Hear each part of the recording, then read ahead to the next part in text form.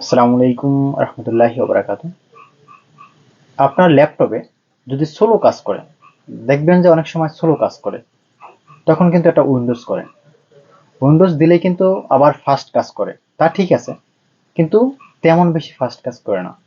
যে ফাস্ট করার জন্য আপনি কিন্তু ইউজ করতে পারেন এসএসডি। এসএসডি ইউজ করলে আপনার ল্যাপটপটি আগের চেয়ে দ্বিগুণ পরিমাণে ফাস্ট হবে। এসএসডি এবং হার্ড ডিস্ক দুটি জিনিস, দুটিই কিন্তু মেমোরি। হার্ড ডিস্ক একটা মেমোরি, এসএসডিও একটা মেমোরি। কিন্তু এসএসডি স্পিড বেশি। স্পিড হলো এরকম, হার্ড ডিস্কের ভিতরে একটা ডিস্ক থাকে, ডিস্কটা রিড হয়, তারপর কিন্তু আপনার ডাটাটা ট্রান্সফার করে। কিন্তু এসএসডির ভিতরে কোনো ডিস্ক নেই, শুধু অনলি একটা মেমোরি, জাস্ট একটা চিপ বা আইসি, এটার ভিতরেই কিন্তু কাজ করে। এজন্য এসএসডিতে স্পিড দ্বিগুণ পরিমাণে, হার্ড ডিস্কের চেয়ে আপনার এসএসডিতে স্পিড বেশি। যদি আপনার ল্যাপটপ স্লো কাজ করে, অবশ্যই আপনি এসএসডি লাগাইতে পারেন। আর যদি M.2 স্লট থাকে, অবশ্যই M.2 লাগাবেন। আর যদি স্লট না থাকে, সেক্ষেত্রে এসএসডি আপনি ইউজ করতে পারেন। তো আজকের ভিডিওটি মূলত আমার একটা এসপি ল্যাপটপ, এই ল্যাপটপটি স্লো, তো এসএসডি লাগাবো, এসএসডি লাগিয়ে দেখবো যে আসলেই স্পিড বাড়ে কিনা। তো সম্পূর্ণ ভিডিওটি দেখুন, তাহলে আপনি শিখতে পারবেন ও জানতে পারবেন কিভাবে এসএসডি লাগায়, আর এসএসডি লাগালে কতটুকু আপনি ফায়দা পাবেন বা স্পিড বাড়বে। চলুন দেখে আসি। তো দেখুন, এখানে আমার ল্যাপটপটি মূলত এসপি একটি ল্যাপটপ এবং এটি কোরাই 5 এর। এখানে এটা স্পিড আছে, দেখুন এখানে কোরাই 5 স্পিড আছে। আমি চাইতেছি এখানে ল্যাপটপটিতে আরো যেন স্পিড থাকে এবং ডাটাটি যেন ট্রান্সফার করে বা ডাটাটি যেন সংরক্ষণের জন্য আমি আরো বেশি জায়গা পাই। এটা আমি হার্ড ডিস্ক না ইউজ করে আমি শুধু এসএসডি ইউজ করব। এসএসডি ইউজ করার কারণ এটাই, কারণ হলো এসএসডি ইউজ করলে স্পিডটা বেশি থাকে এবং হার্ড ডিস্কটা ইউজ করলে স্পিডটা একটু কম থাকে। তো এখানে দেখবো আমি খুলে, তারপরে এসএসডি লাগাবো। কিভাবে লাগাতে হয় সম্পূর্ণ ভিডিওটি দেখুন, তাহলে আপনি শিখতে পারবেন ও জানতে পারবেন। এভাবে আপনারা স্ক্রু ড্রাইভার বা ফোরেস্টার দিয়ে ল্যাপটপটি খুলবেন। ল্যাপটপটি খোলার পরেই কিন্তু ভিতরে এসএসডি বা হার্ড ডিস্ক লাগানোর কিন্তু জায়গা আছে। আমার এটা মূলত সাইডে কোনো ডিভিডি রাইটারের সিস্টেম নাই, আর ডিভিডি রাইটার নাই। তো ডিভিডি রাইটার যদি থাকতো, তো সেক্ষেত্রে আমি কেডি ব্যবহার করে কিন্তু হার্ড ডিস্ক ব্যবহার করতে পারতাম বা এসএসডি ব্যবহার করতে পারতাম। দেখুন, এখানে আমার এটা কিন্তু খোলা শেষ। কাভারটি ওঠানোর পরেই দেখুন, এখানে দেখা যাইতেছে দুইটি র্যাম, একটি M.2 NVM লাগানো আছে। দেখুন এখানে আমি জুম করে দেখাইতেছি।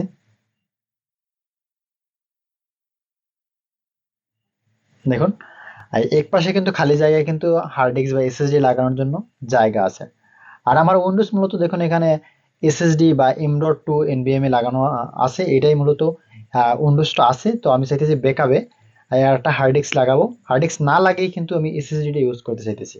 কারণ হলো এসএসডি ইউজ করলে কিন্তু স্পিডটা দ্বিগুণ পরিমাণে পাওয়া যাবে। হার্ড ডিস্কে যে স্পিড থাকে তার সাথে বেশি পরিমাণে স্পিড, এর জন্য আপনি এসএসডি ইউজ করতে পারেন।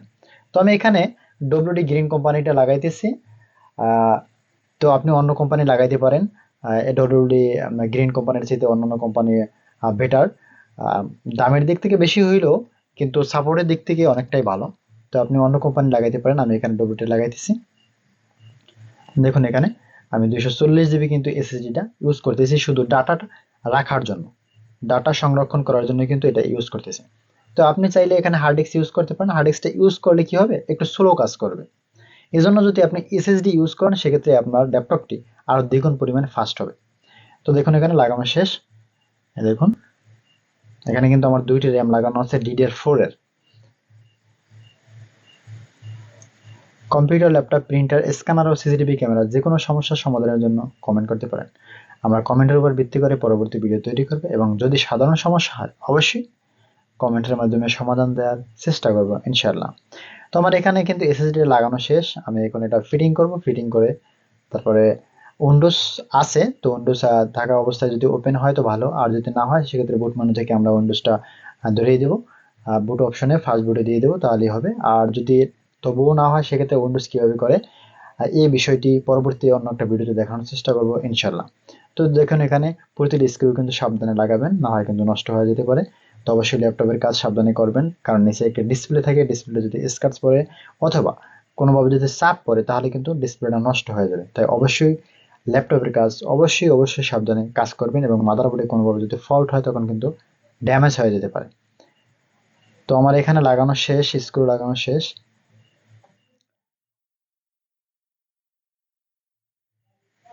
এখানে এখন আমি অন করে দেখব আসলে ঠিক আছে কিনা। ল্যাপটপটি অন হয়েছে, ঠিক আছে।